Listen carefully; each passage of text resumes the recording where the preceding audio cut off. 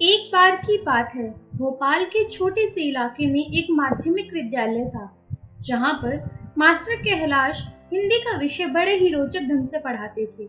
वह बच्चों को नई नई प्रेरणादायक कहानियां सुनाया करते थे, जिससे बच्चों को जीवन संबंधी रोज कुछ नया सीखने को मिले।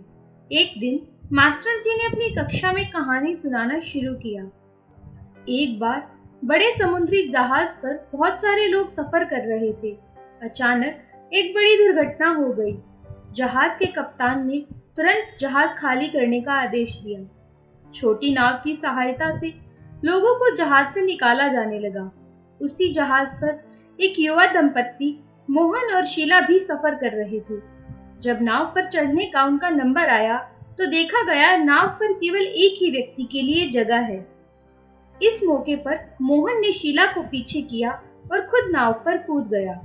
डूबते हुए जहाज पर खड़ी शीला ने जाते हुए अपने पति से चिल्लाकर एक वाक्य कहा।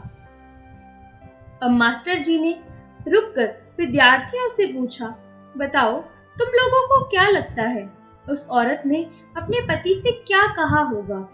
ज्यादातर विद्यार्थी फौरन चिल्लाए, सर उस औरत ने कहा होगा, मैं तुमसे नफरत करती हूँ। मास्टर जी ने देखा एक बच्चा एकदम शांत बैठा हुआ था। मास्टर जी ने उससे पूछा कि तुम बताओ तुम्हें क्या लगता है? वो लड़का बोला, सर मुझे लगता है औरत ने कहा होगा, हमारे बच्चे का ख्याल रखना। यह उत्तर सुनकर मास्टर जी को आश्चर्य हुआ। उन्होंने लड़के से पूछा, क्या तुमने यह कहानी पहले सुन रखी थी? लड़का बोला, जी नहीं सर, लेकिन यही बात बीमारी से मरती हुई मेरी माँ ने मेरे पिताजी से कही थी। मास्टर जी ने दुखपूर्वक कहा, बेटा तुम्हारा उत्तर बिल्कुल सही है। मास्टर जी ने कहानी आगे बढ़ाई। अब जहाज डूब गया और उस औरत शीला की मौत हो गई। जब मोहन किनारे पहुंचा तो बहुत लोगों ने उससे बुरा भला कहा, उसे स्वार्थी बताया, परंतु उसकी आंखों के आगे बस उसकी बच्ची का चेहरा था। उसने लोगों की कोई परवाह नहीं की कि कोई उसे क्या कह रहा है। उसने अपना सारा जीवन अपनी इकलौती बेटी के लालन पालन में लगा दिया। धीरे धीरे उसकी बेटी सीमा बड़ी हो गई, पर जैसे ही उसे भी अपनी माँ की मौत के बारे में पता चला, वह भी अपने पिता से अच्छा व्यवहार नहीं करती थी। कई सालों बाद जब मोहन की मौत हो गई तो एक दिन सफाई करते हुए सीमा को अपने पिता की एक डायरी मिली।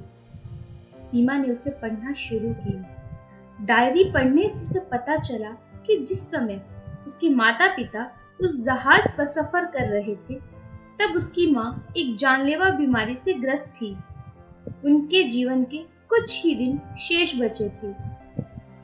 ऐसे कठिन मौके पर उसके पिता ने एक बड़ा निर्णय लिया और वह खुद नाव पर कूद गई, क्योंकि उसकी माँ के पास तो वैसे भी जीने के लिए बहुत कम समय था। उसके पिता ने अपनी डायरी में लिखा था, तुम्हारे बिना मेरे जीवन का कोई मतलब नहीं।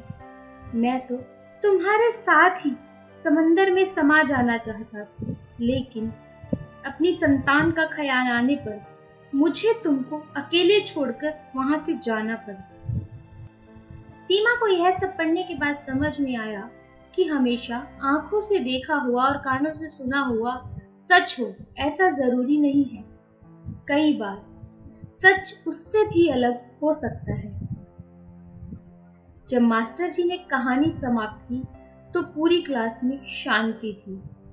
फिर मास्टर जी ने बच्चों को समझाया, इस संसार में बहुत सारी सही और गलत बातें हैं, लेकिन उससे अतिरिक्त भी कई जटिलताएं हैं जिन्हें समझना आसान नहीं है।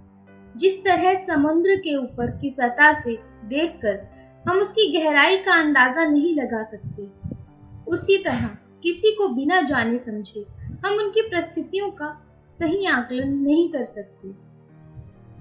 शिक्षा।